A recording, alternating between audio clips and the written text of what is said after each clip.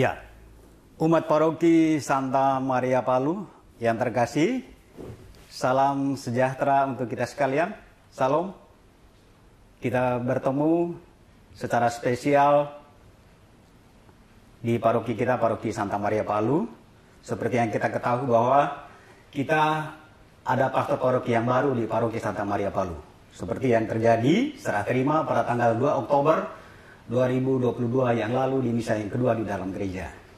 Pastor paroki kita yang baru adalah Pastor Franz Walter Mandagi PR. Dan beliau sudah ada di sini sejak tanggal 2 yang lalu sampai sekarang ini.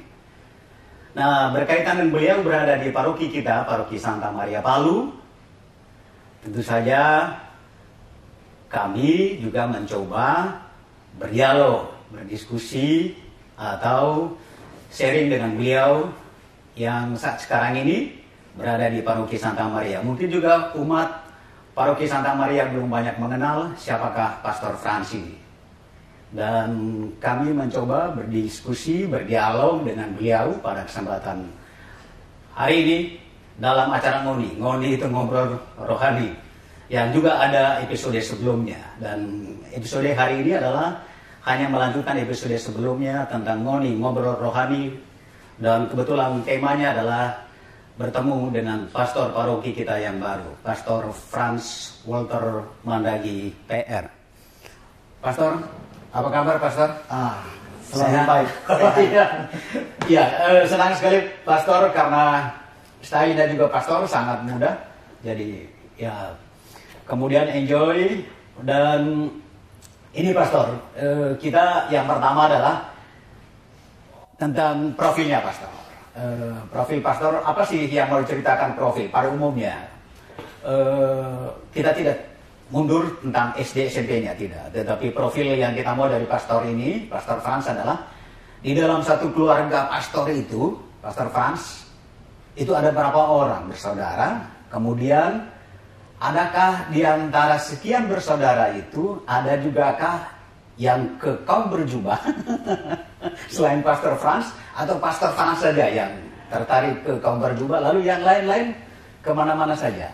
Bisa Pastor Franz cerita. Ya. Kita dari keluarga yang cukup sederhana. Ya, sangat sederhana di satu kabupaten Minahasa Utara, Sulawesi Utara, tepatnya di Desa Talawan. Papa saya orang Talawan asli, baru kemudian mama saya sebenarnya ada orang Jawanya. Baru kemudian papa saya sebenarnya 2 kali menikah. Menikah yang pertama anaknya ada 5. 4 perempuan, 1 laki-laki. Baru istri kedua 4 laki-laki, 1 perempuan. Oh, terbaliknya. Jadi semuanya ada 10. Gitu. Nah, dari 10 ini salah satu dari 10 anak ini saya sendiri memberanikan diri untuk mendaftarkan diri di seminari. Dan dalam perjalanan yang sangat panjang sih sebenarnya. Betul. Memang kebetulan untuk menjadi seorang imam saya dipengaruhi oleh om saya, Pastor almarhum Fred Tawaluyan, dan juga saudara-saudara yang lain, Pastor Franz Mandagi, Monsinyur Mandagi juga ada sedikit pengaruh dari situ sehingga keterpanggilan untuk menjadi seorang. Sedikit saya ke situ Pastor. Apakah ada hubungan keluarga dengan Pastor? Masih ada hubungan. Karena kebetulan Lanjut. Dari situ kemudian mendaftar ke seminari setelah masuk melalui jenjang yang seperti biasa. Baru kemudian masuk seminari dan memutuskan untuk mengambil projo, target projo, dan sampai sekarang ya seperti inilah. Gitu. Oke. Kira-kira tahun berapa kira-kira Pastor di tabis jadi imam? Saya setelah menjalankan masa pendidikan selama 10 tahun, 10 tahun, ditabiskan tahun 2011. Kita itu sebenarnya persiapan tabisan itu ada 26 orang. Tapi kemudian yang mengundurkan diri, banyak yang mengundurkan diri. Baru kemudian dari projo sendiri cuma 2 orang yang ditabiskan. teman-teman yang MSC itu ada sekitar 16 orang. Ya. Memang cukup banyak teman-teman yang ada di tarekat MSC. Ya. Poliprojo cuma 2 orang saja. Ya. Tidak di angkatannya Pastor Frans ya di zaman itu. Tapi yang satu sudah meninggal juga, almarhum. Tinggal satu, tinggal Pastor Frans sendiri. Saya sendiri. Tinggal almarhum Pastor Yoli Sandehan. Iya. Nah, gitu. Itu perjalanan yang cukup panjang. Iya, berarti. Iya, jangan dong, Pastor. Karena tinggal Pastor satu-satunya dari 2 yang ditabiskan tadi dalam kaulnya. Dan kemudian Pastor sejak ditabis jadi imam. Kira-kira penempatan Pastor di paroki manakah? Mulai tahun 2011 tadi. Sudah ditabiskan, saya diminta oleh Bapak Uskup untuk membantu dalam pembinaan calon-calon imam di Seminari Agustinianum. Di sana saya membantu rektor, salah satu rektor, dan menjadi salah satu pembina di situ. Setelah dari situ saya diminta untuk membantu di paroki Santo Paulus Lembean, sebagai pastor rekan. Pastor rekan di sana. Cuma selama 2 tahun. Setelah 2 tahun, saya diminta untuk oleh Bapak Uskup supaya membantu di paroki Santo Ignatius Manado sebagai pastor paroki. Sana. Selama 3 tahun sesuai dengan SK yang diberikan. Baru kemudian dari sana, dari Ignatius, saya diminta oleh Bapak Uskup untuk pada waktu itu terjadi gempa di Sulawesi Tengah, lebih khusus di Palu. Saya diminta untuk membantu Caritas. Sekaligus juga membantu di paroki Santo Paulus Palu. Bersama dengan Pastor Will Tome sebagai pastor rekan. Nah, dalam perjalanan waktu sambil membantu pasca gempa di sini, juga membantu di paroki Santo Paulus Palu, karena ada satu peristiwa di satu paroki Kristus Raja Toli-Toli, pastor parokinya Serafion Dianomo, almarhum meninggal dunia. Maka saya diminta oleh Bapak Uskup untuk jadi pastor administrator, semacam pelaksana harian di paroki tersebut. Selama 1 bulan, baru kemudian akhirnya mendapatkan SK untuk pastor paroki Kristus Raja Toli-Toli. Berjalan selama 1 bulan, 1 tahun 5 bulan, 1 tahun setengah lah.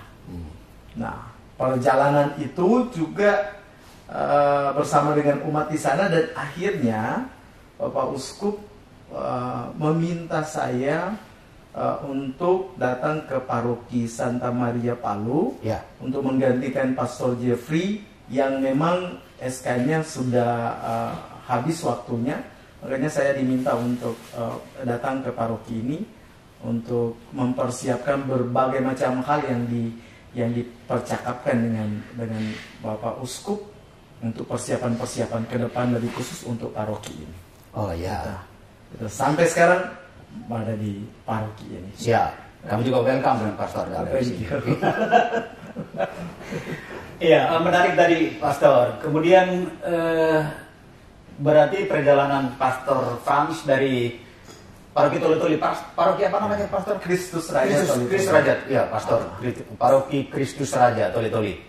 Dan umat paroki Santa Maria, beliau dipanggil oleh Yang Mulia Bapak Uskup dan menggantikan Pastor Jeffrey Bogia MSC untuk ditempatkan sebagai pastor paroki di paroki Santa Maria Palu. Nah, begitu Pastor sekarang berada di paroki Santa Maria Palu.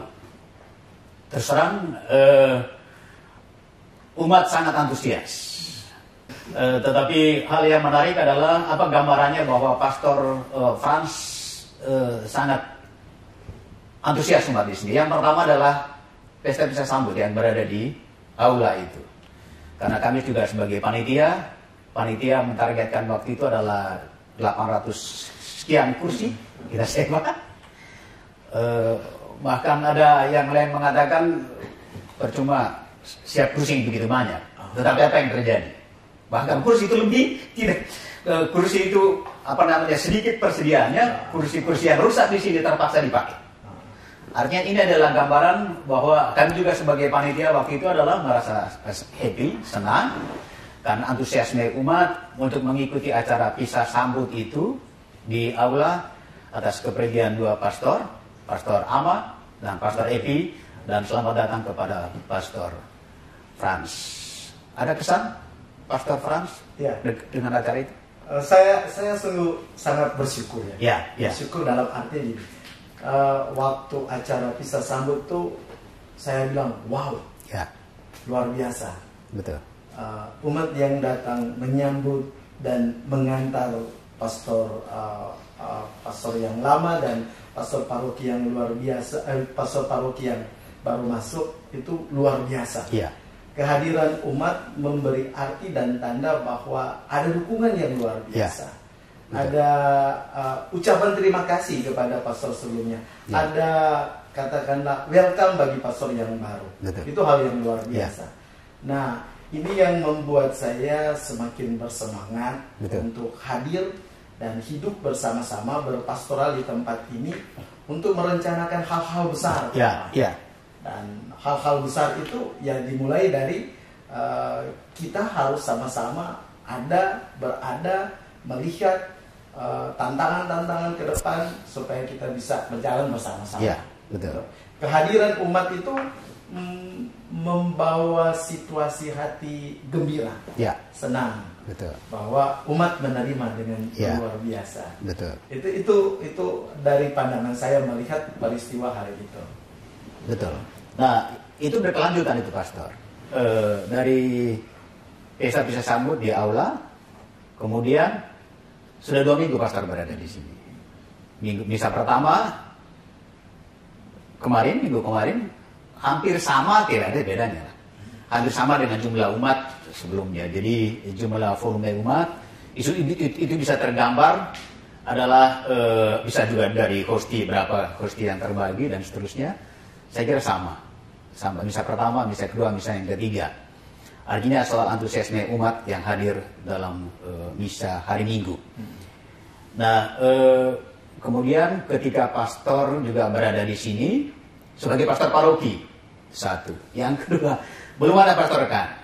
Memang tantangan beratnya di paroki Santa Maria, saya kira juga pastor tahu bahwa karena dia membawahi beberapa stasi, 16 wilayah rohani, itu memang butuh pastor rekan sebenarnya. Tidak bisa one man show pastor, harus ada. Tapi untungnya ada di sini ada suster, ada frater untuk sementara. Tapi memang umat masih merindukan pastor rekan supaya nanti bisa dibagi. Nah, berkaitan dengan pastor tadi mengatakan bahwa ada agenda besar yang akan dilakukan oleh Pastor Frans ke depan di paroki Santa Maria. Boleh bocoran ya Pastor? Agenda besar seperti apa yang nanti pastor tentu saja tidak sendiri, pasti bersama umat yang berada di sini supaya bisa berjalan agenda besar itu. Agenda besarnya sih sebenarnya bukan agenda saya, bukan agenda Bapak Kuria, tetapi ini menjadi agenda kita sama-sama sebagai satu umat paroki Santa Maria. Karena begitu ada kerinduan sebenarnya dari banyak umat tentang kehadiran sebuah keuskupan baru, keuskupan hasil pemekaran dari keuskupan Manado, dan kebetulan kita yang ada di Kevikepan Palu ini berada di Provinsi Sulawesi Tengah, maka mudah-mudahan apa yang direncanakan oleh Bapak Uskup dan menjadi program kita bersama tentang kehadiran keuskupan Sulawesi Tengah bisa terwujud, diwujud nyatakan dari tempat ini, dari paroki ini. Sehingga bisa jadi bahwa kalau ternyata keuskupan Sulawesi Tengah itu bisa diwujudkan, maka otomatis siapa tahu Bapak Uskup menonton acara ini dan akhirnya memutuskan bahwa katedralnya sebagai jantung sebuah keuskupan itu akan ditempatkan di Sulawesi Tengah. Di paroki Santa Maria. Itu luar biasa, kita harus memasang karpet merah untuk amin, itu. Amin. Amin. Kita harus menyetujui itu. Dan karena itulah agenda besar ini harus kita sambut. Kita sambut bersama-sama dengan berbagai macam program-program kerja yang arahnya menyambut agenda besar itu sendiri. Nah, kita perlu kerjasama. Kerjasama itu mulai dari Dewan Pastoral Paroki, kelompok-kelompok kategorial, komunitas-komunitas basis. Kita sangat bersyukur di paroki kita dibantu oleh 2 tarekat yang luar biasa. Sebut saja suster-suster PDHK, frater-frater CMM, yang di paroki-paroki lain tidak ada yang seperti ini. Ini modal yang besar sekali. Dan merupakan kredit poin bagi kita untuk mempersiapkan Keuskupan Sulawesi Tengah ke depan nanti. Agenda seperti yang disampaikan oleh Pastor Frans tadi adalah bukan agenda pribadi Pastor Frans, tetapi bersinergi dengan harus kita lihat bersama. Kita lihat bersama. Kemudian kira-kira menuju ke hal besar itu, kira-kira apakah hal-hal kecil yang dilakukan oleh umat? Ini loh gambaran besar, kita akan sampai pada di sini. Ini loh tahapan apa yang paling mungkin minimal adalah tahapan yang paling kecil sebagai kontribusi umat untuk menuju goalnya itu tadi. Boleh Pastor Frans kasih bocoran kita apa? Apakah kita tidak hidup menggereja saja tetapi ada di luar itu? Iya, betul sekali. Sangat betul sekali. Begini, untuk membuat yang besar, kita mulai dari hal-hal yang sederhana, yang kecil. Mulai dari kelompok-kelompok basis, komunitas-komunitas kecil, wilayah rohani, kelompok kategorial, kelompok-kelompok kerasulan dan lain sebagainya.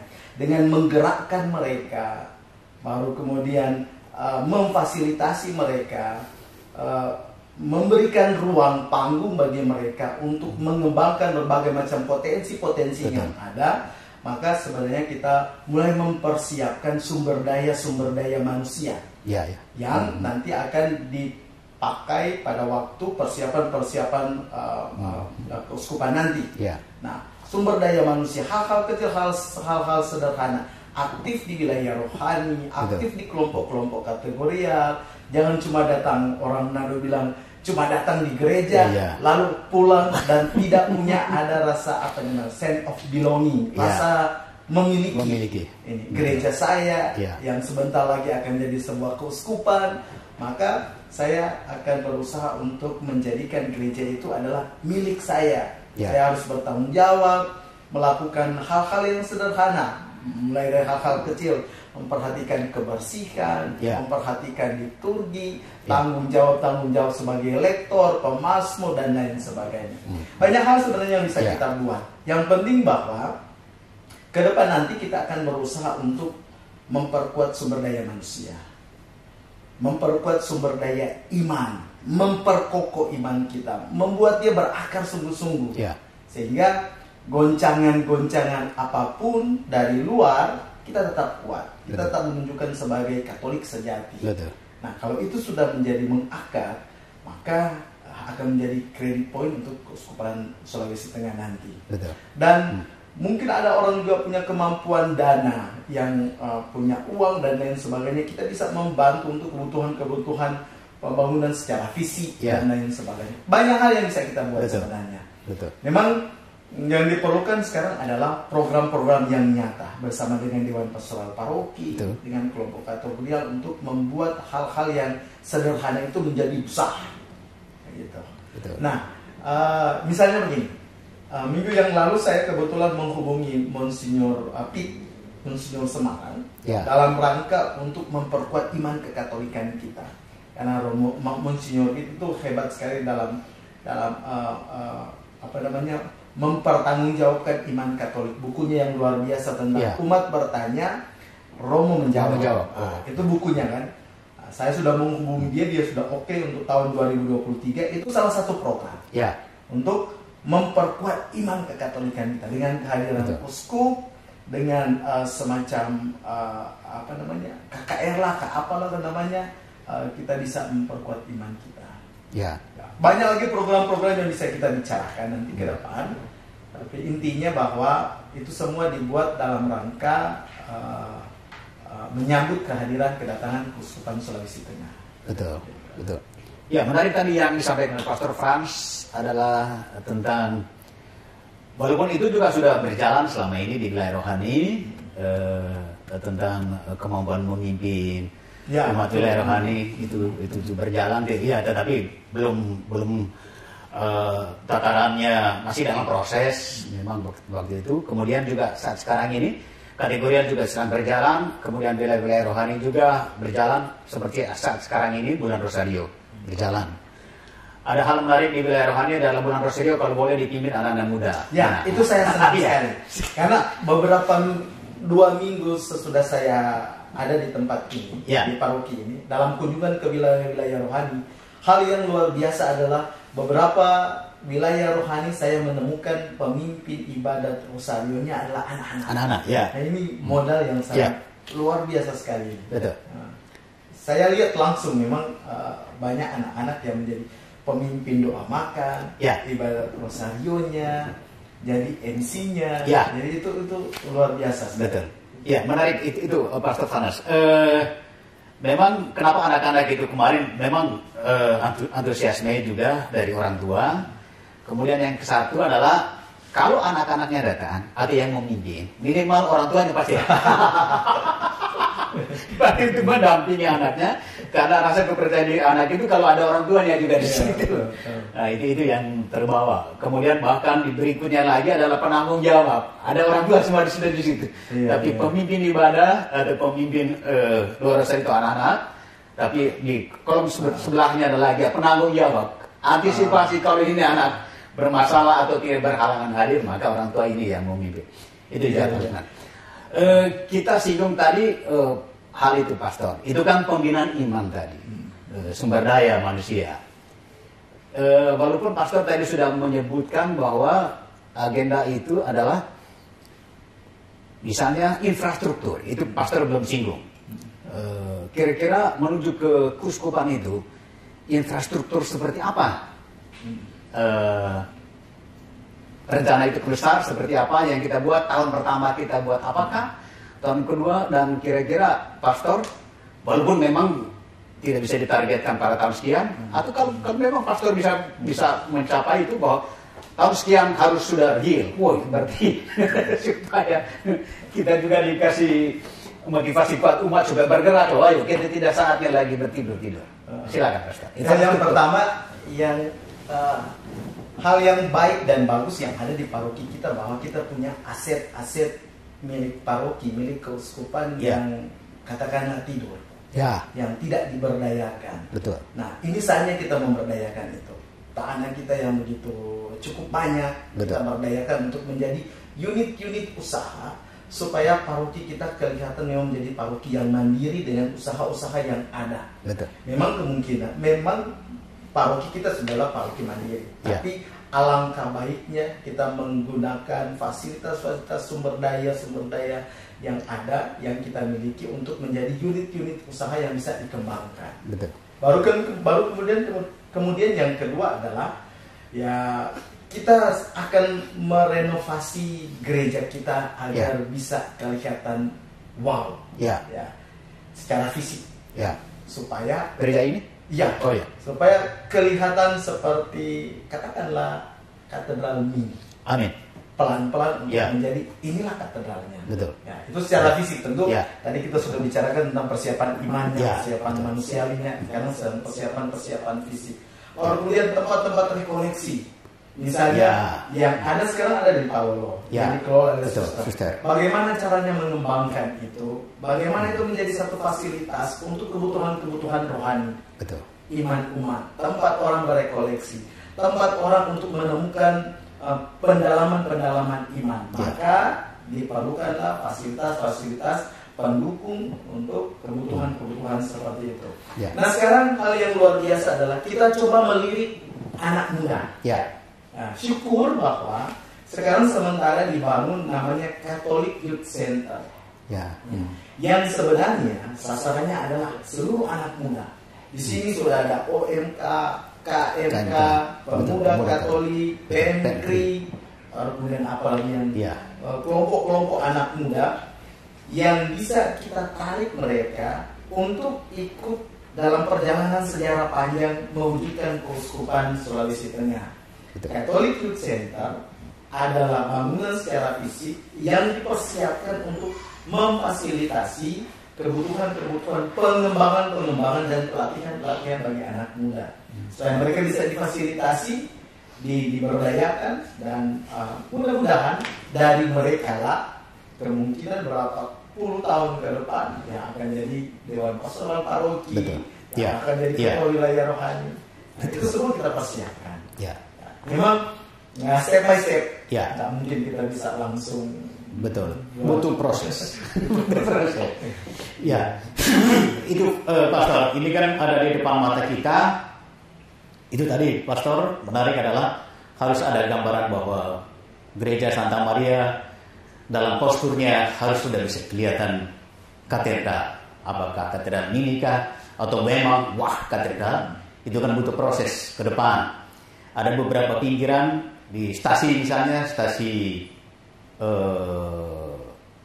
Sidera, itu juga mungkin butuh perhatian pastor untuk menyelesaikan itu. Kemudian juga ada di Napu yang saat sekarang sedang berjalan. Nah, mungkin itu juga. Jadi apakah itu dulu fokus pertama harus selesaikan dulu, baru kembali ke kota, ke pusat paroki maksudnya yang menjadi rencana ke depan. Silakan, Mas. Ya, benar sekali.